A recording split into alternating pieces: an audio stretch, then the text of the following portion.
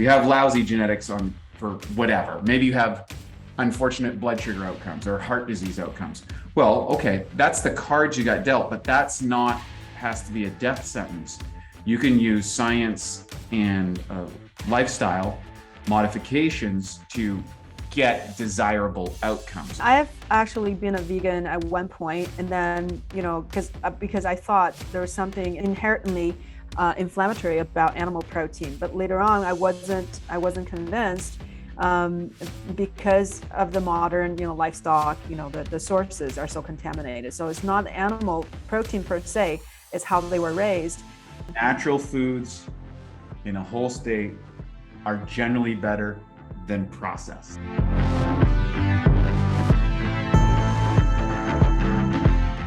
Hello, welcome to the Dr. Kong Show. So I'm so excited to be back here. And so as you know, this show is about enhancing people's health, body and mind. For me, all that's, important to our existence.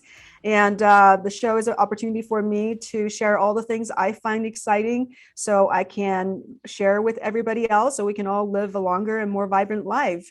And so today I have a very, very special guest, an extraordinary person, Lightheart.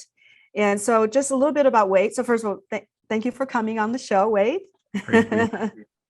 So Wade is really an extraordinary person, and everybody I've met, loves him. And so just briefly, he's an advisor to the American Anti-Cancer Institute and 3-time all-natural bodybuilding champion. He said, despite his lousy genetics and vegetarian diet, so we're going to talk about that. And he also studied exercise physiology and nutrition at college. And he's the coach and the president and co-founder of BiOptimizers, which is a fantastic company. And he has helped over 50,000 people to achieve BiOptimized Health for the last 25 years. So I'm so excited that you can be here to share your wisdom. Thanks. Great to be here. Yeah. I gotta upgrade that. Why did you say you had lousy genetics? What's up there? So when it comes to, and this is actually one of the components that we identify in our new book, and I think it's the thrust of where we are today as far as producing health outcomes. This is something that's been well known in athletic circles for a long time, and it's kind of trickled into mainstream medical science. And I'll share where the gaps are. So if you are competing in any particular sport, there are predispositions that would allow you to be successful in that sport. So for example, if you are a gymnast, you don't see 6'5" gymnasts. Mm-hmm. Why? Because the laws of physics don't work really well with that type of height in some of the acrobatic components.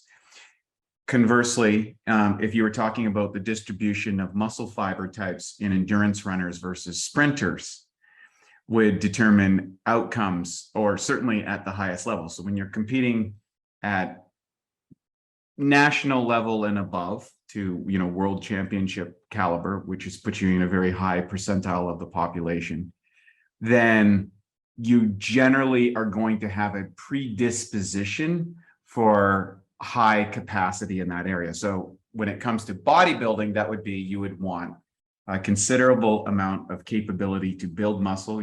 That has to do with muscle belly insertions.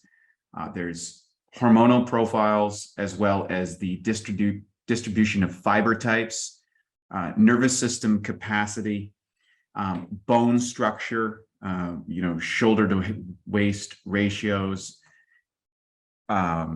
also symmetry, for example, high calves, which is some common in some people versus, thicker long calves. All these type of things are going to factor into the length of what you go. Then you can get even like, if you want to go deep into the science, for example, some of the greatest bodybuilders don't produce mTOR. So they don't have the normal physiological limits on their bodies that ordinary people, because to build extraordinary amounts of muscle is not conducive to survival. However, there is an optimal band that you would go to. Same thing as being a Tour de France cyclist, which is, just absolutely unimaginable levels of VO2 max capabilities and endurance, it's not necessarily the best idea to go to the highest level when you're looking from longevity outcomes. So going back to my own question, my genetic predisposition for muscle bellies, muscle growth, hormonal profile, all that sort of stuff is not ideal for that sport. I just happen to like doing it. And the good news is, even if you don't have ideal profiles in your individual genetic makeup, you can leverage technology to offset what could be a limiting factor, and in many people's case in your world, a fatal factor, or something that certainly compromises life. So we know that you can change your neurological capability through things like neurofeedback. You can offer nutritional supplementation to offset variances in gene methylation about how you absorb and utilize nutrients in the body, or detox, or maybe you have detoxification pathways that are suboptimal. You can use biohacking devices to do that. There's all sorts of these things now that DNA testing is going. We look at that's just the setting. So you have lousy genetics for whatever. Maybe you have unfortunate blood sugar outcomes or heart disease outcomes. Well, okay, that's the cards you got dealt, but has to be a death sentence. You can use science and lifestyle modifications to get desirable outcomes. And so I was able to do that in bodybuilding. I just captured international contests at 50 years old. We're going to the world championships as a grandmaster. Like, I'd never imagined that. So I've literally lasted longer. I've lasted longer than some of my competitors. They came out of the gate and they've fallen apart, but through all of this continuous growth in this area, which we advocate in our company BiOptimizers, was able to do okay, and then now cross correlate that with longevity outcomes, because muscle's a part of that. So that was a long drawn out answer, but I think I wanted to get that to our listeners to paint the picture of what we're moving towards, which is a very exciting future. And I do believe that a 20% extension of our human lives should be readily available for people who are looking at that now as modifications to their lifestyle and to offset their genetics. So for example, if you have we'll say 80 years old is your expected life expectancy. That's not, and if you go by the New England Journal of Medicine, the disability adjusted life expectancy in the United States is 60 years old. That means you're going to be on some sort of debilitating condition and dependent on an array of surgeries and pharmaceutical interventions that are going to compromise your life. Well, number one, you want to avoid that for quality of life first. But at the top end range, if you can do a Pareto's distribution of 80-20 by offset the risk factors that you might have and augment your genetic strengths, I think it's reasonable to say, oh, you can definitely get into that 95 to 100 years expectancy and live a very high quality life. And as we do that, technology is going to keep developing. So we might get another Pareto's distribution that you could, our goal is, I think it's reasonable to expect you can live to 100 healthily and beyond, and ideally a high quality of life in that century. So I'm planning my second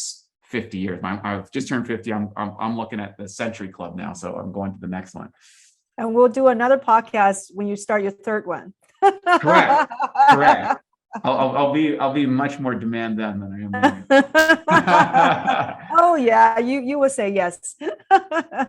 So okay, I didn't realize that you felt that whatever you went into the competitions, were actually were not optimal for these competitions. So that probably started the biohacking for you, right? So you had to hack into your own body.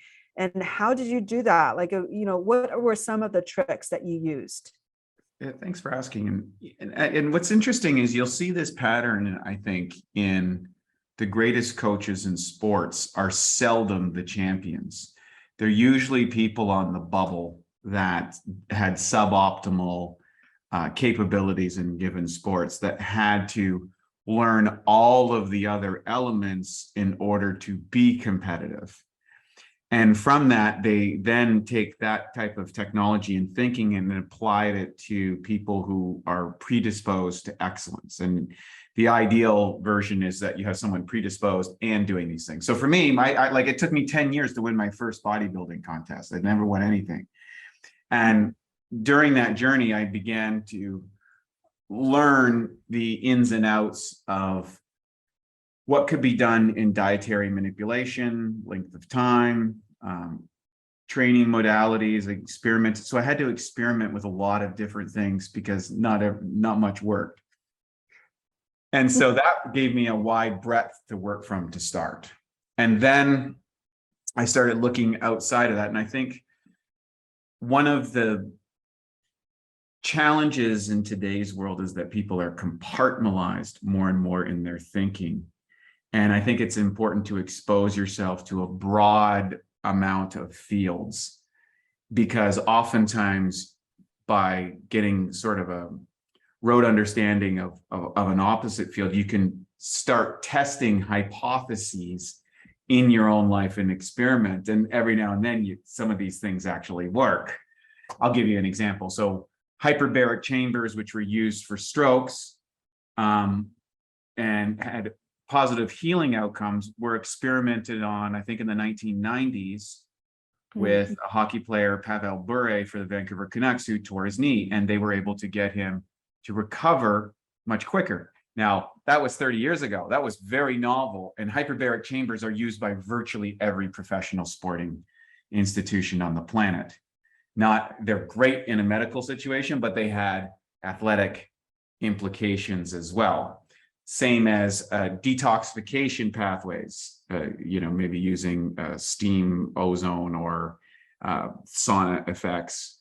And there's metabolic benefits of detoxification, which could lead to better outcomes in lean body mass and heart rate variability, sleep outcomes, all these sort of things. And so now biohackers are using the combination of the two. And I've just kind of cut. Bodybuilders are the original biohackers. I'll tell you why.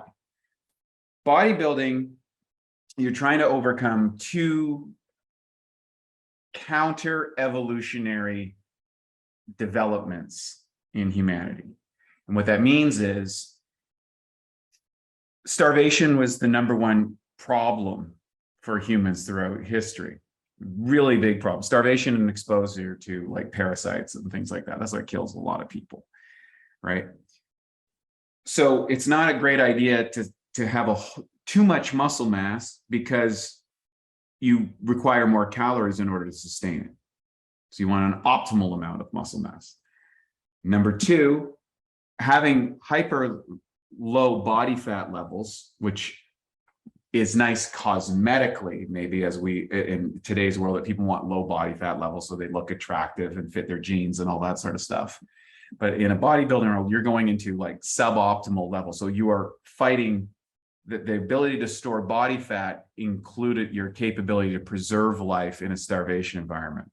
Bodybuilding is literally going against those two evolutionary developments, which is ironic. Why would you do that? So, and then it's seen as an ideal. So right off the bat, you're starting against the grain in the first format. And the common threads are most people who are recognized bodybuilders use, or I would say abuse, a variety of hormonal agents in order to achieve their outcomes. Growth hormone, insulin, testosterone, anti-catabolic drugs, painkillers, etc. You can just, the line continues to expand.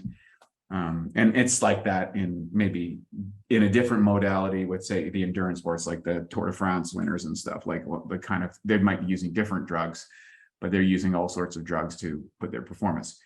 When I decided to go into natural bodybuilding, I was instantly cut off from those options. I cut myself. So that allowed me to work primarily on technologies that helped me with my outcomes, but oftentimes produced better outcomes from a health profile, unlike my counterparts who would get faster and better results on the top side, but would suffer the health consequences. And it turned out that worked out, because here I am at 50, and many of the competitors who I admired, who hit a higher threshold of muscle mass and lean body mass as professional athletes, like, like the Dorian Yates and the Ronnie Colemans, which are extraordinary athletes. I'm not trying to take anything away. Those people had to leave their careers due to extreme injuries. Ronnie Coleman, there's a great movie on him. He's completely compromised now. He's maybe the greatest bodybuilder ever. Dorian Yates tore his muscles extensively. He lives a more holistically health-oriented style now. Dorian's a great. We met recently in Dubai, which was nice. And so their careers were cut short by just the sheer volume that they wanted to get into the mass and what they had to do that. I was planning, well, I can't win that game. I knew I couldn't win that game because of my genetic limitations. But I said, you know what? I can win the long game. And now we've turned the corner that's proving to be true. So the biohack technology, I just wanted to set the page. I know a lot of people just want to go to the hack, but I wanted to share the philosophy because I want to impart on your listeners that putting together a long-term strategy of lifestyle interventions that become just commonalities is what's going to lead you to that longevity outcome that you're looking for. You can't shortcut your way through it. You can use tools, but you need to have the strategy in place beforehand. Otherwise, you're going to slip into that chemical response program. And I think that has consequences that you can't always predict. I think most people may not want to bodybuild, but they certainly want certain attributes, yes. Which is, the leanness, the muscle tone. And so for people who want to be really healthy, so what were some of the major things you learned in the process of optimizing yourself? And I do want to ask you about the vegetarian diet. So sure. Are you still a vegetarian? Yeah, I don't really like labels so much, but I haven't eaten any flesh since 2001. Okay. Yeah. So of course there's the whole controversy about, vegetarian versus animal protein. Every side has their, so we'll talk about that. But let's talk about your hacks. Well, first I'm going to put this also into the longevity profile. Okay. So if you're looking at longevity outcomes, muscle mass is one of the big factors for determining that you live long and live strong. So achieving, I like Peter Attia's model that he applies to endurance. I think it's also applicable in muscle mass. And I'm actually trying to get some data on this specifically. This is an inference I'm going to leverage. So it's not, I don't have this data to support it as of yet, but I don't know if anyone's done it. You want to look at the upper 2.5 percentile within your age category of lean body mass, cardiovascular health, bone density, and range of motion.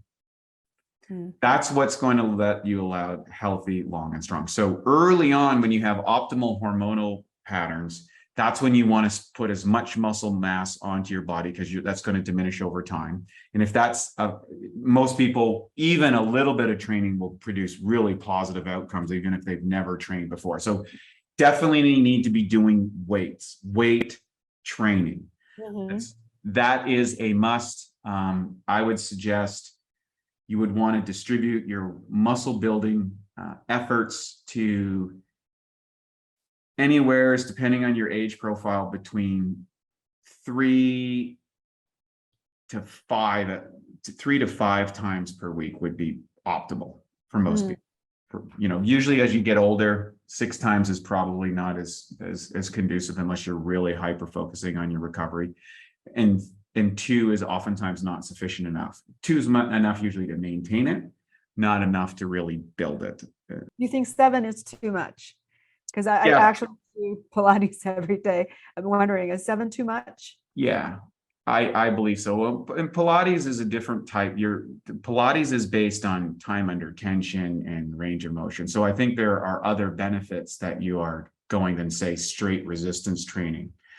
Resistance training, like you would set out in a bodybuilding program, frankly, is the only type of exercise that can shape your body in a way that you would like. In other words, if you're building a statue, you would put some clay on the statue and carve out your shoulders like this and your butt like this and your arms like this. Bodybuilding is using exercise to create the stimulation in the nervous system and the correlation muscles that are being trained. And the nutrition is feeding those muscles, and the recovery factors that you are activating through biohacking are going to determine how quickly you recover between sessions, therefore how quickly you can produce results over the long term. So the higher the intensity and the more volume that you do, the more attention is going to need to be put towards your recovery. And that typically diminishes as you age. That's why you don't see 60-year-old Olympic champions or very often. And there are guys, I'll give a case in point, Tom Brady, who's 45 and probably one of the more famous athletes in the world, has been leveraging biohacking technology for a great part of his, maybe the last 20 years of his career, and has extended the paradigm of what's possible as a middle-aged person. And he's very meticulous about his diet. He's very meticulous about how his training and his range of motion specific to the position that he has. And it worked. And so he set a standard that I think will be echoed by many athletes to come, and also the general public. So that's first thing. Second thing is cardiovascular health. And that's not an area that, the good news is cardiovascular health, you can improve significantly in middle age. It's not as dependent on hormone profile as muscle building. So if you're having trouble muscle building, you'll hit a point, especially if you're getting started at middle age, you may need hormonal augmentation. Even though I'm a natural bodybuilder, I'm not against that. I'm just always trying to kick that can as far down the line as I can. Once you cross over that hurdle, you're pretty much in that mode, and you want to keep your powder dry, I like to say, as you extend your life. And then in your exercise program, you want to be concentrating on range of motion so that you can retain flexibility. Now, I've had very good flexibility in my career relative to my sport without a whole lot of attention on it because of properly developed training programs. But now, over the last few years, I've noticed, I'm losing range of motion in key exercises, build up and calcification of tissues. And so I've now added specific flexibility exercise on a daily basis. And I do way more cardiovascular now than I've ever done in my life, because that's going to, I want to hit that state, go to that 2.5 percentile that Atia talks about, because the healthy outcomes are great. And he talks about strength and cardiovascular. So you always want to look at what's the ideal frequency for the cardiovascular exercises? Yeah, that's a great question. I'll defer to Dr. Atia. He suggests 4 times per week with 1 high intensity session. So for like level 2, what they call level 2, which is it's a fairly easy bike pace. You can talk, you may not want to, but it's relatively pleasant, or it's a light jog where you can carry on a conversation if you wanted to. You might not want to, it's like a little bit of effort, but it's not too much. And then 1 high intensity session per week, which he uses the attack bike, I believe 5 4-minute high intensity pushes with 4-minute breaks in between. Yeah.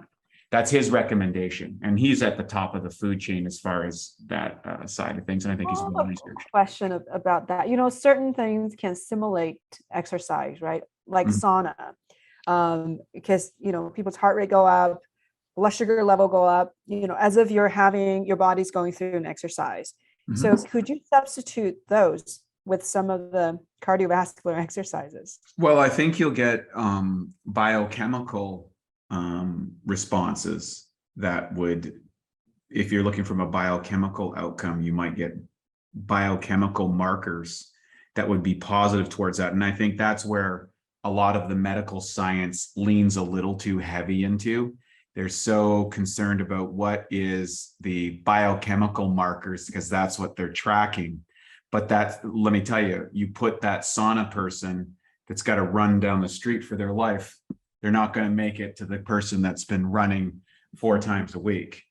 Okay. And so there's a practical element that I think also needs to be you got to pull the lab geeks out of the lab and get them on the bike or get them on the weights or get them whatever. So I think sometimes research heavy, that's my pet peeve. The eggheads that's got all the brains, they overthink things. Mhm. And they get too hyper focused in that thing and can't step back and, like, wait a second, yeah, okay, the chemistry looks good, but is the output there? You're not going to get big, say you're just not going to be able to run a marathon because you do saunas every day. Okay, all right. Right. Not saying Okay. that you could, not saying that you should, but I'm just saying there's a practical side to things. Right. And Yeah. I'm definitely a big advocate of saunas. I have 2 different types in my house. So, so Yeah. I think both. Okay. So real cardiovascular by moving your body and some flexibility training and then weight training. And there's a fourth one, right? Bone density. Yes. So bone density and some of that weight training is going to also improve bone density. So weight training covers, you can also get cardiovascular benefit from weight training if you decide to do different styles. So if you were to get more bang for your buck, I would say weight training would outperform virtually everything out there on the market. And it's the least used one. So I think that, and largely in part because there's a perception out there, particularly among the population, oh, I don't want to get too big and look like a bodybuilder. Believe me, it's way harder than that. Great results for 3 to 6 months, and then it gets really hard after that. But that 3 to 6 months could change your outcomes long-term radically. Okay. So these are the 4 things that you can enhance. Well, those are the markers, for longevity. For longevity. Okay. So you do all these, and then I'm sure you do, plenty of other things. Yes. So, well, see, that's not enough.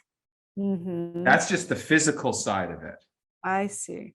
Right. So one of the things that we talk about when I have a course that I give away on my website called the Awesome Health Formula, where I literally set aside, it's a 12-week course where we start implementing all of these lifestyle components that will lead to healthy outcomes. So I would say, proper breathing, proper hydration, and daily exercise are non-negotiable because we live in a technologically advanced world that we don't breathe properly, and detoxification of the breath.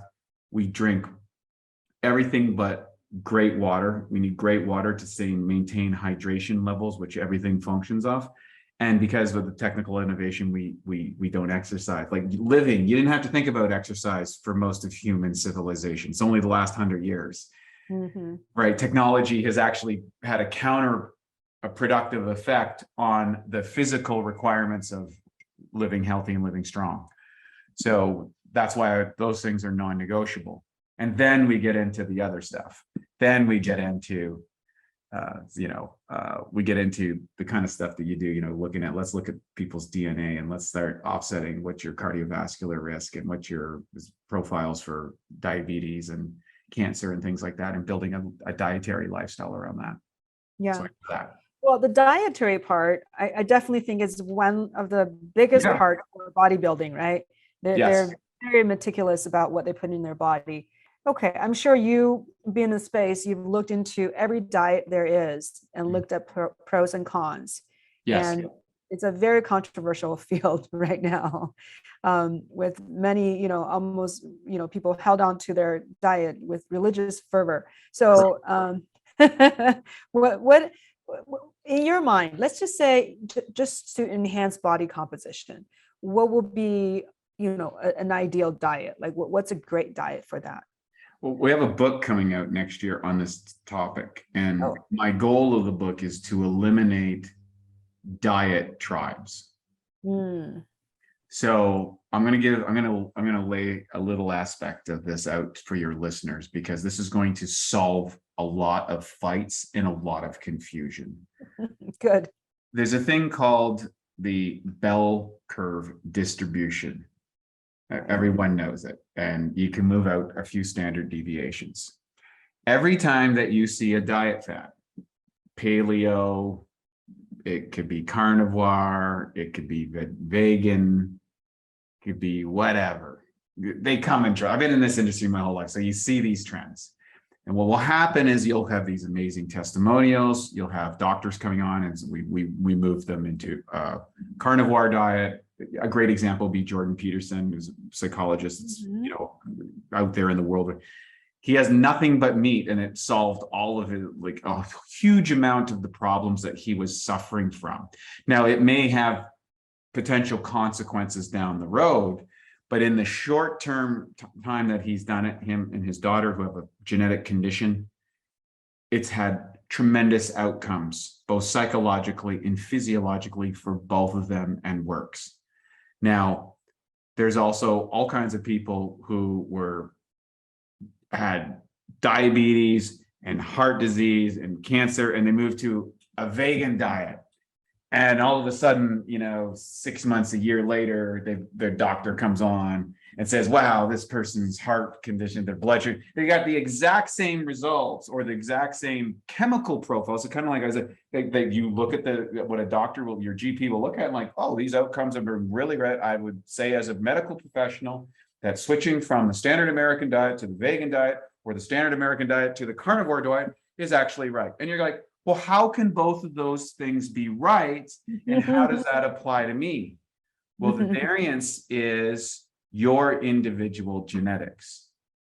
Your individual genetics are going to determine where you fit on the bell curve. And on the testimonials are always going to fit on where that diet was the perfect diet for that person. And the haters who went the other way are the people where that diet was the absolute opposite for their heritage. And I got cued onto this back in the 1990s. Chris Aceto, who was a nutritional coach to a lot of bodybuilders, published what today would be a very controversial letter in our politically correct world. And he noticed that people of different ethnic backgrounds metabolized different types of carbohydrates differently. So when he built out their diets, he would build diets that were more along the lines of their traditional methodologies that they had adapted in that part of the world to metabolize as opposed to others. So I don't think that's controversy, but it is now, and you can't say these things, so it's like, come on. I think everybody, there's so much variation even within the same culture. I mean, I found out that white rice, any Asian food basically spiked my blood sugar. And when I did my genetic testing, nutrigenomics, so it did show that I don't process starch very well, and there's more potential for insulin resistance. So eating, growing up in China, eating, it was very hard to keep a really good weight. And it's like fighting an uphill battle. It's a lot easier here. So, eating for my tradition, yes, most Chinese eat rice, but doesn't mean that's good for this Chinese. So, right. Yeah. Well, that's the beauty today, because now we can look at your individual genetics and we can see the expression. And oftentimes what we find out is we're not the ethnicity that we thought we were in the first place. So great grandma didn't tell us a few things. And we have these expressions that come out, and most people don't know beyond their grandfather. Their grandmother and grandmother is usually the extent of people's awareness. Very seldom great grandparents and beyond. And oftentimes, these, especially in recessive genes, might pull out in an unusual format that really compromises someone. But with a nice genetic test and someone who can interpret it, guess what? You go in there and you go, oh, I'll give you an example. After the 2003 Mr. Universe contest, I was following a standard bodybuilding format, top coach in the world, and I had great outcomes as far as getting muscle mass and losing body fat, but it destroyed my gut, and I gained 42 pounds of fat and water after that contest in 11 weeks. It was just a disaster, and I ended up getting into enzymes and probiotics and digestive health, and went down that way and that's where we started our company, because I had to solve the problem for myself. Well, it turns out when I did my genetic test years later, I don't possess the detoxification gene for my gut. So it wasn't so much that the diet was so bad for me. It was so bad, or was so bad. The detoxification component was the issue that I had, and I had to cultivate these other elements. Same thing is, people say, well, why a plant-based diet? Well, I knew that there was high levels of cardiovascular risk in my family's history. On one particular side of the family was extensive. So I ascertained, oh, it's highly likely I have some of those genes present, or some expression of those genes present in my own life. Well, the cardiovascular outcomes are directly correlated with the consumption of animal-based fats that don't metabolize very well in relatives of mine, and they're taking stroking out or taking heart attacks is taking them out. And I looked at the research around plant-based diets and its cardiovascular risk.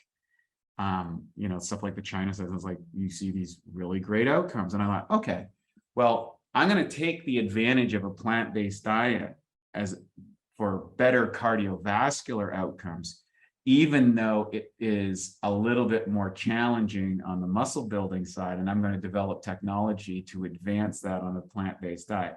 So I'm extracting from two sense of words, from a muscle building or from a general perspective or blood sugar profile. It might be easier for me if I was just eating like chicken and rice and fish and potatoes or whatever. Like it certainly from a bodybuilding side and a social side, it'd be really easy. But the likelihood I would end up with the outcome that I don't want from a cardiovascular risk at 70, 75 years old, very high.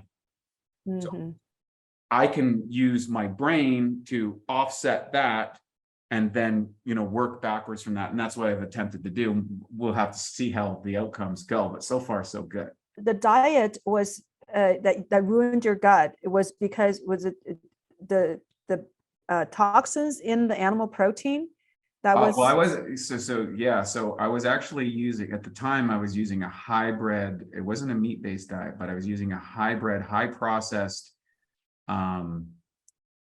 protein. I was using whey protein at the time, and I was using high glycemic carbs to create an insulin spike that would drive the amino acids into the tissue. So instead of like a lot of bodybuilders will use insulin, which is the most anabolic hormone in the body, not testosterone, and you can create enough of an insulin spike, and then you lay over protein. And you don't need protein, you need amino acids, but whey protein converts across the gut very, very quickly into amino acids blood, and you capitalize that with insulin, and you do 5-6 meals a day, because you're going to ride a bigger insulin roller coaster than you would otherwise.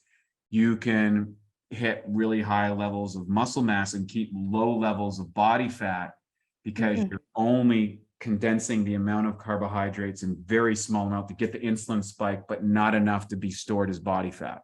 So that was the technology that we were leveraging at that time. And it works. It was very effective in getting ripped and muscular, very effective. It was not effective to being healthy. So I didn't feel good. I was tired all the time. My joints hurt. It was achy. I was pushing myself physically, but it gave me the cosmetic outcome that was desirable. But as soon as I let off the gas from that, my body was just falling apart as it was trying to, recompensate. And one of the things about, I think that is not well understood, and I have a lot of theories about it, is fat storage, I believe, is not just a calorie deal.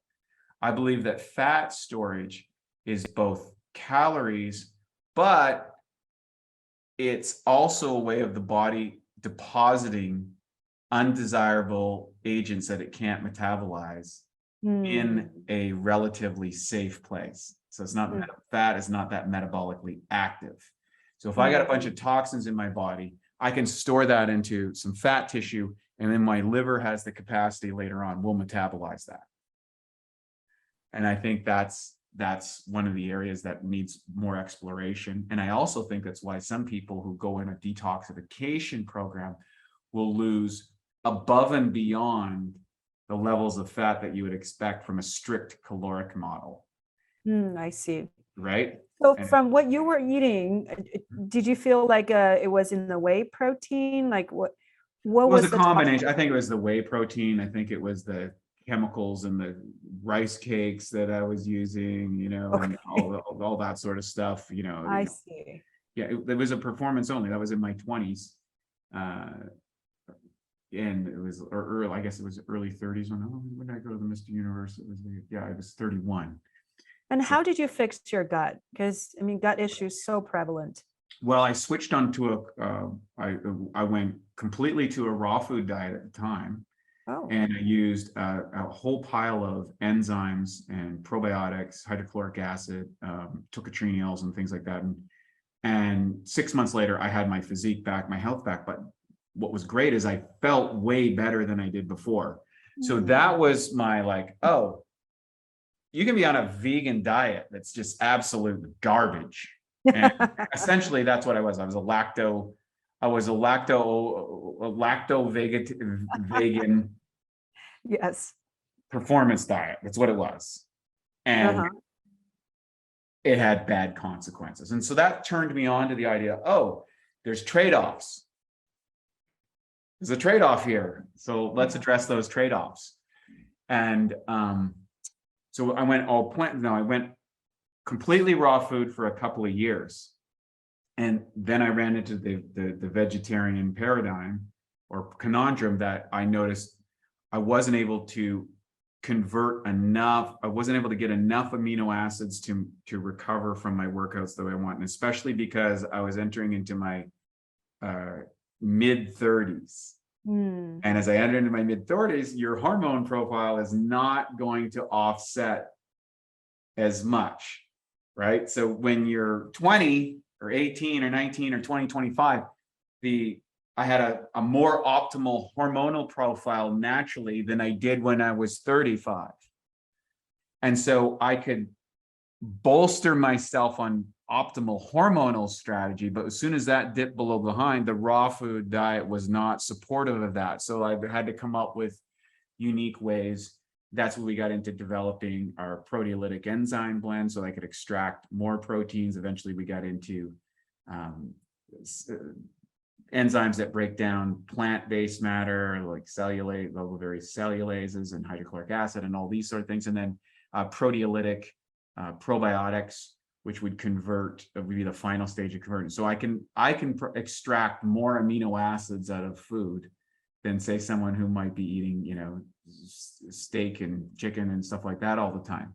It's not what you eat, it's what you absorb from your food. So what you consume, digest, and utilize.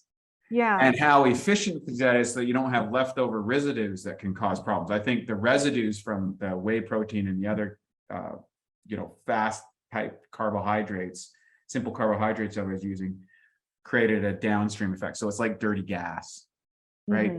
Burns the engine out. If you put nitro in your car and you just keep the nitro button, you'll blow your engine much faster than if you drive it at 60 miles an hour. I think one obstacle for people is, enzymes seem a little bit daunting. There's so many kinds.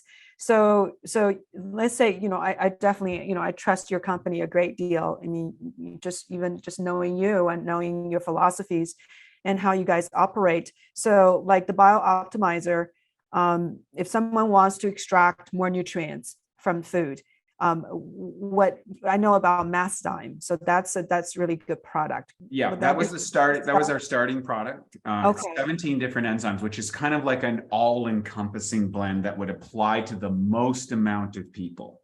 Okay. Very high in proteolytic enzymes. It's got amylase, lipase, hemicellulase, a whole phytase, all these other components that allow it as probably like the catch-all. It's enzymes for the masses. I see. Then we have specific versions of enzymes based on diets. My business partner is a ketogenic guy.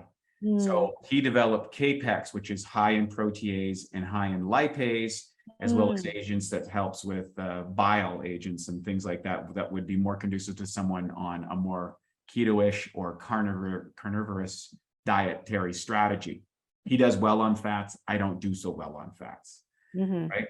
He doesn't do so well on carbohydrates. I do really well on carbohydrates. Mm. And so then we developed a Vegzyme product, which is, people who have problems breaking down plant matter. Some people can't have plants. They're like, oh, my gut feels there. Well, we got that as well. Then we developed Gluten Guardian for people who are gluten sensitive, right? And then we developed different types of proteolytic strains that address different issues in the microbiome. And we do a lot of this research with our research team, Birch International University. We have, I think now, 13 or 14 PhDs and master students who are running tests literally every single week.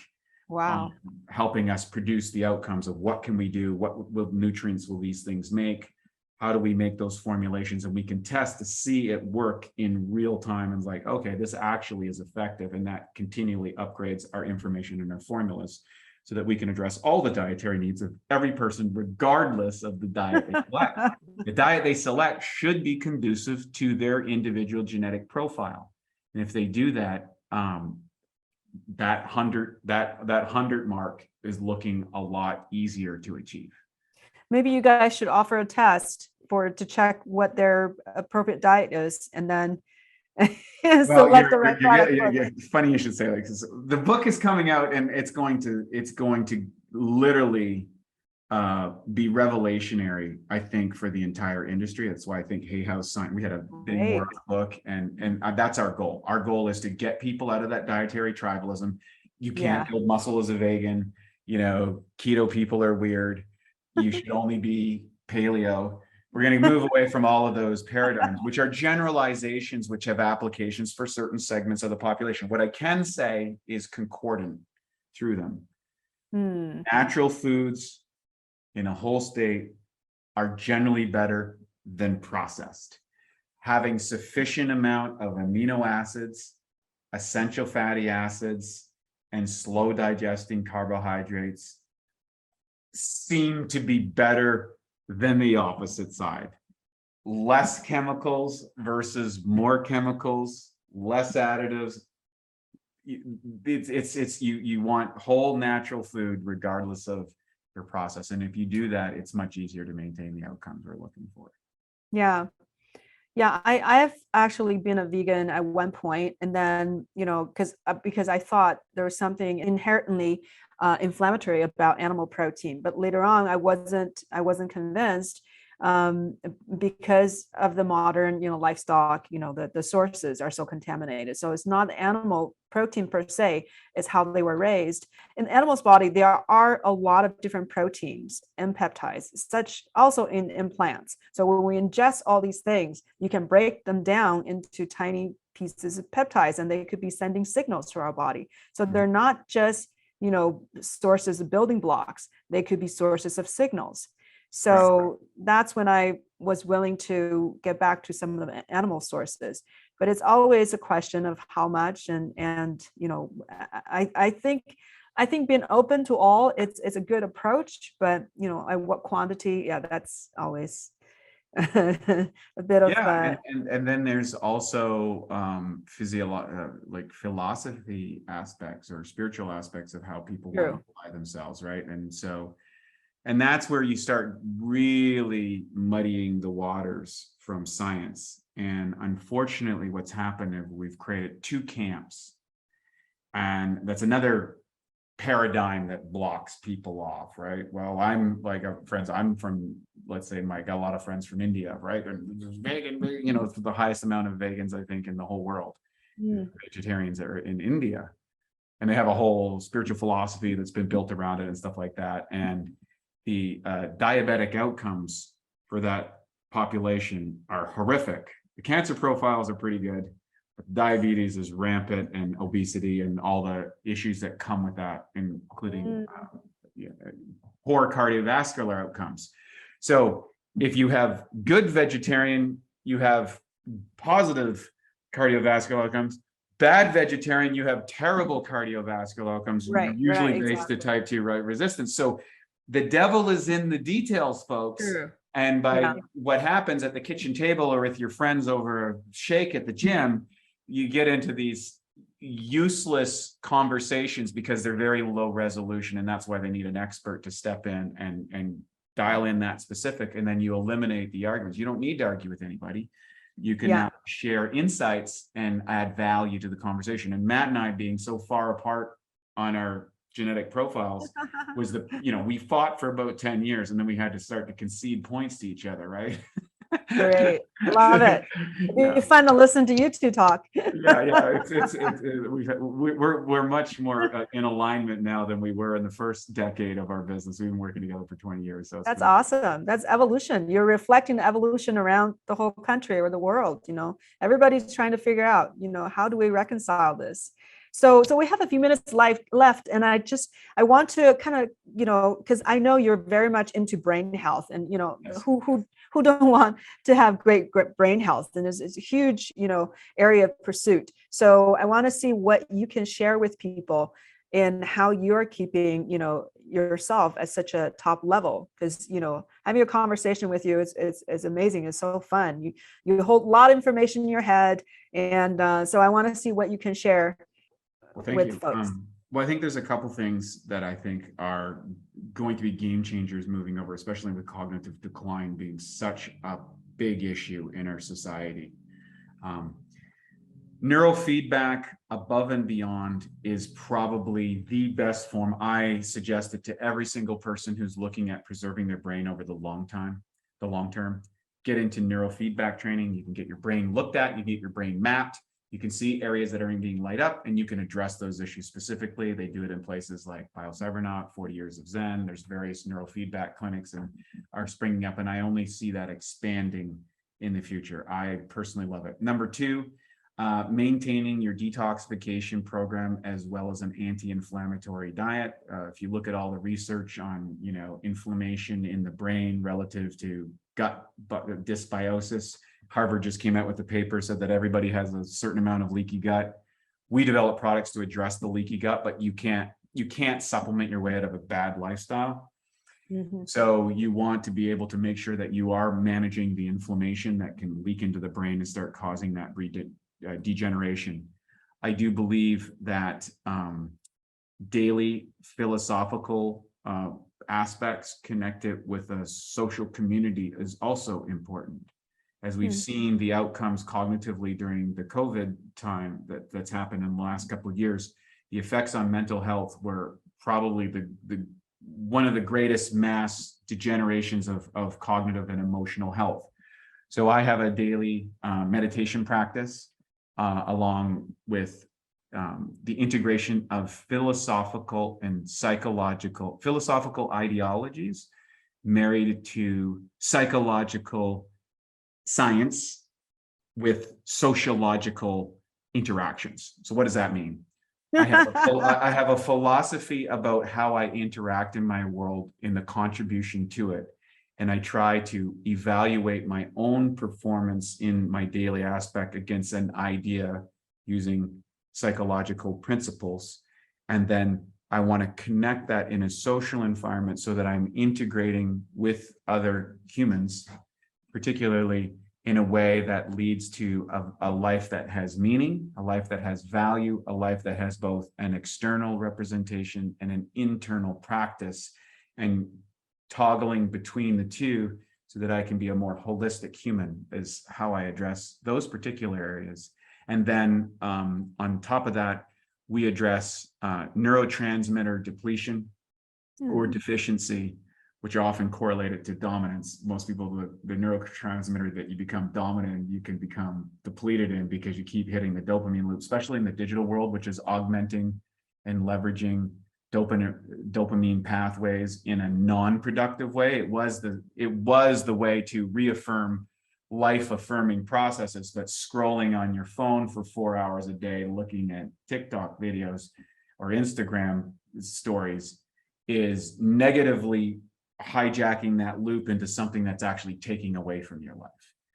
And so I think that you want to be very conscious of what your predetermined neurotransmitter is. I'm a dopamine, acetylcholine, pretty much 50-50. So is this something that people have to get a test for? Yeah, so the easiest thing you can do, you can do a Braverman test. It's online. And it'll give you can fill it out once, it's free, and you'll get a good example. We do a little mini test in our sub brand Newtopia, and then we help people fill up the depleted levels of whatever neurotransmitter they have and expand areas that they might not produce very well so that they can achieve different cognitive states. Then you can go beyond that.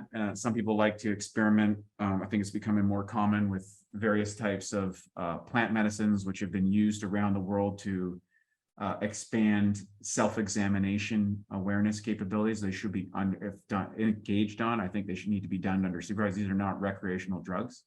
They need to have proper supervision, but those can also be very helpful. I've leveraged a number of different components in my life at various times for specific reasons, and I've had very productive outcomes from that. But it's not something that, you know, I advocate to do recreationally or something. You do it with a reason, do it with a conscious, and do it within a framework that is leading you to something that makes you feel good. Yeah, interesting. So, so the Braverman test, that's going to give you what you're deficient in, what you're dominant in, and then what do you do about it? It'll show your dominance so much. When you get into the next test, you're going to have to start getting in. You're going to have to get a good. You're going to have a good, like, go to the Dr. Arneman clinic or something like that, where you want to dive a little bit deeper into your specifics neurochemically. Yeah. Yeah. This will also, by the way, diets can have a massive impact on cognitive health. Mm-hmm. And so oftentimes you'll see this, people will change diets and they move from, you know, being, you know, hyperly depressed and anxious into feeling kind of really well and euphoric by selecting the right diets, or the other way around. You feed me junk food for a couple of weeks, I'll like it for a day. Awesome for a day. You know, give me a big bag of chips and some ice cream. I'm excited about that. And I carve pieces out for that. I want to be clear about it. I carve those times out at appropriate times for myself, and I don't have any guilt or negative associations about it. I don't care that it's inflammatory. I like it. I'm going to eat it. I'm going to have fun with it. I'm going to celebrate it. I'm going to have a great time. And the next day I'm going to go back to what I'm supposed to do. Right. And so I can delay the addictive components of that. But if I did that every single day, I can tell you my cognitive health would suffer significantly. So you don't underestimate. I always tell people, don't underestimate the effects of your diet on your cognitive health. Those other elements are really important as well. Right. And the mushrooms are almost like a form of plant medicine, I guess. You know, we don't use it that way. You know, you don't get a journey from it, but yeah, for cognitive health. Yes, I use, so we created a product specifically. It's like 1.2 pounds of mushrooms in every serving. Wow. All the classics. And it's awesome. It just puts you in an awesome state. I take that twice a day with my protein that I mix up a little protein. That's great. What is it called? It's from Swede? You said it's called Collagenius. So it's genius. Collagenius. It's from our company Nutopia. It's amazing. Like, you just feel great. And when you start, and that started, I'll give you a little story. It started from my interest because I started to know, I have a great memory, but I started to experience memory loss. It's about, I guess it was going about 5 years ago.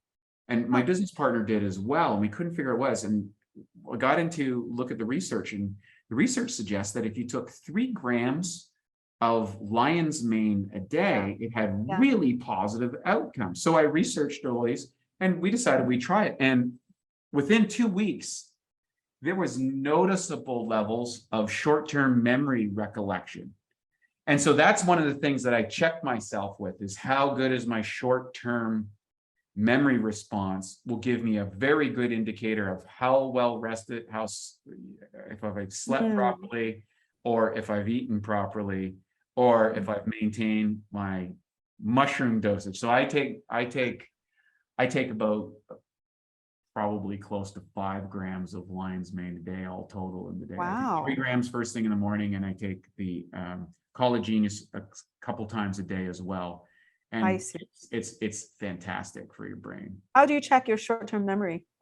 Well, it's a great thing. I'll give you an example. So I was at an Airbnb recently in Sedona, Arizona. It was beautiful. And a great way to tell is I read the check-in number, which was a 4-digit number. And then I read it once and I go away, and then I come back and see if I can remember that 10 minutes later. Yeah.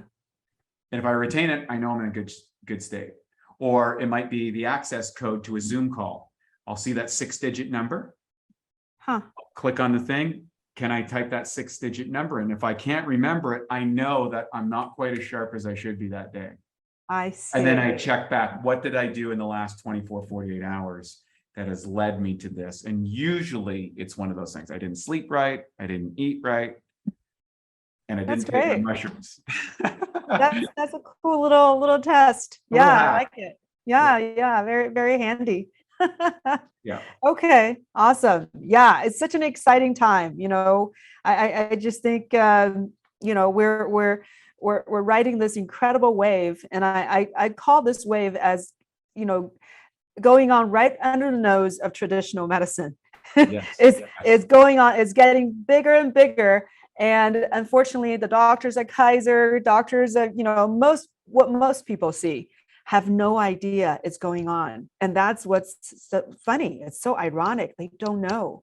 But anyhow, people who are open-minded, people who really want to think for themselves and want to have a better life and want to take some responsibility. I think it's an incredible time that we have all these great tools.